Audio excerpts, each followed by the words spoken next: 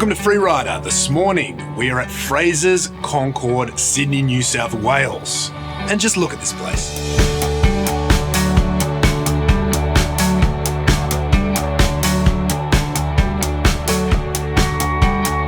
Fraser has 4 dealerships across New South Wales, so they've pretty much got you covered with bikes, gear, service, custom, whatever you need. And across those 4 dealers, they have 5 master techs.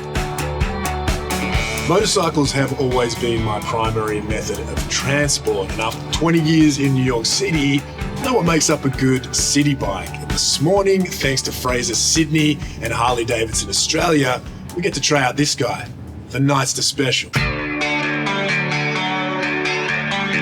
And what makes this such a great city bike? Well, it's nimble, lightweight, has a bunch of low-end torque, and really cool vintage styling, just like today's guest, Brendan Jonesy Jones. Jonesy is a journalist, author, and television personality. You can hear him every morning on WSFM's 101.7's Jonesy and Amanda Breakfast Show. Today, we're riding all the way up to Barrenjoey Lighthouse and then back down to meet Jonesy at Harley-Davidson headquarters. If you want to try this ride out, it's available in the HD app on your smartphone.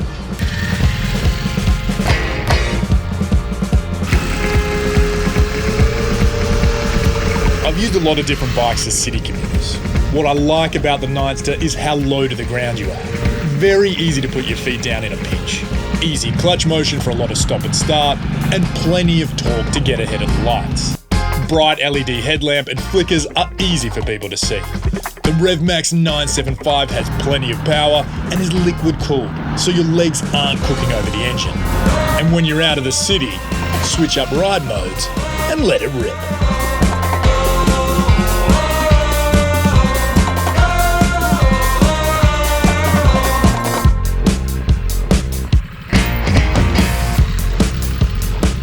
While the Nightster Special is a great city bike, there's enough power in there to help you escape the city. And that's what this ride to Barrenjoey Lighthouse is all about.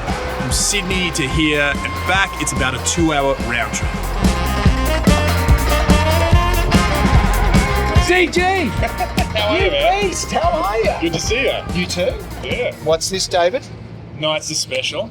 Nice. What do you reckon? Well, there, nice. I'm sounding a bit old school because I'm still riding around on the old Dynabike. Yeah, I can see that, but I love the old dinosaur. Oh, It's beautiful. You know, I've had that since 2000. Should we head inside?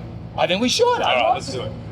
Great to finally meet you. Been a big fan of your work. Well, thank you. And we have a lot in common. We both love motorcycles. We both love Amanda Keller. Yes, Right? yes. They both leak everywhere as well. She'll hate me for that. Did your radio career develop with your love of motorcycles? When I was 5, I got hit by a motorcycle in a back lane in Melbourne. You were quite literally struck by a motorcycle. Yes, well, that was the first. My father at the time, he said that's where my love of motorcycles began.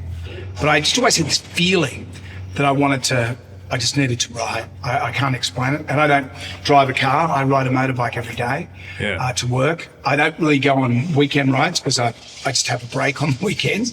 But it's my therapy. I was such a staunch supporter of Harleys from a young age. Yeah. And like when I got my first one, I was like in the mid-20s.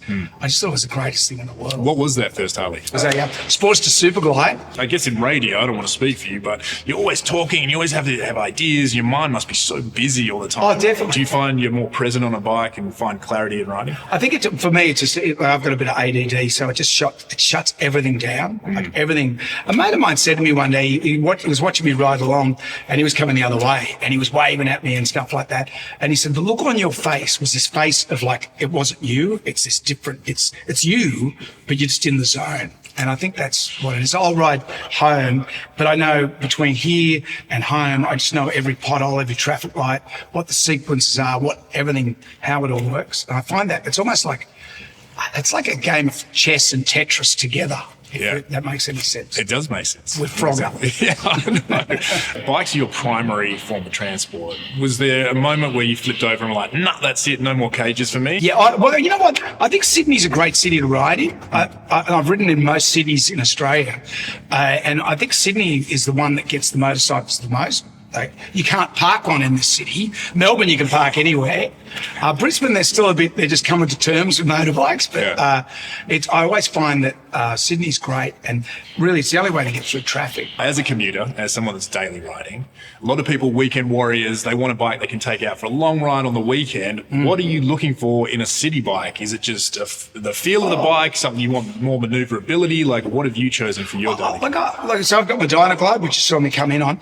I find like stuff like the Pan America. I was riding that thing. Yeah.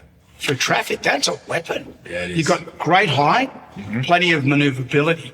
What would you say is your favourite Harley-Davidson across the range? Like from history? From history, I'm giving you historic range, right? Historically, well, okay. Can I just do two? Okay, so Captain America, the Panhead from Easy Rider, is my fantasy bike. Nice. And probably Mickey Rourke's Black Death from Harley-Davidson, the Marlboro Man. 40th year for Hog. Yeah. So talk about the motorcycle community, what that means to you and being a part of it. The Hoggies are great, you know. Like I look at, and particularly with Willie G. Davidson, and how that brand loyalty, how that started, is amazing. I've been a member for Hog on and off, and it's only because of laziness I forget to renew my subscription. But it's just great, you know. And I know a lot of those guys, and I guess that community and the rides and the Gold Coast Rally. That's nuts. Fantastic, hey? And speaking of community, talk to me a little bit about Save Our Son. So we got approached years ago by a house painter and a train driver. The train driver's son had muscular Duchenne's, and which was a disease that had a fatality rate of like no one made it past 16. These two guys, when you say two men can't make a difference, these guys certainly did that. They changed the whole dynamic of how charities work, but also brought attention to that. So they did clinical trials, and while there's no cure for Duchenne's muscular dystrophy, they've had clinical trials which have actually prolonged the lives of these young men. So it's quite extraordinary. It's quite an extraordinary charity. Amazing, man. That's great. Well, thank you so much for chatting to me DG, today. this is great. To finally meet you. Great to hang, Appreciate mate, your in the time, modelling man. space. Well, that's it for today. Go to www.biketalks.com.au for all the episodes. And remember, ride free. Yeah, Do I look fat in this? I just, you know, because I just feel he's thrown me under a bus. He's going, wear this. Oh, no, well, I took Look at you, he's like beast, and like I'm like, No, I think you're doing great. like 1,000 years old.